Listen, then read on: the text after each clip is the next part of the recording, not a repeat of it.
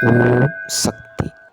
திருநள்ளாற்றைச் சேர்ந்த கல்லூரி பேராசிரியையான அந்த சக்திக்கு ஆராய்ச்சி மேற்படிப்புக்கு உரிய அனுமதியை அவரது மேலதிகாரி வழங்காமல் வருடக்கணக்கில் இழுத்தடிக்க, இனி அம்மாதான் கதியென குடும்பத்தோடு சக்தி மாலை அணிந்து மேல்மருவத்தூர் வந்து இருமுடி அபிஷேகம் செய்துவிட்டு அவர் கல்லூரிப் பணிக்கு திரும்பிய முதல் வேலை நாளன்றே அந்த அதிகாரி, "உங்களது விண்ணப்பத்தை கொடுங்க, கையெழுத்திடுகிறேன்" என்று அவரிடம் கூற, மிகுந்த ஆச்சரியத்தோடு ஒப்பம் பெற்று வந்த அந்த சக்தியிடம் யாரோ தொலைபேசியில் அழைத்து அவரை வசமாக திட்டி மிரட்டி இருக்கணும்.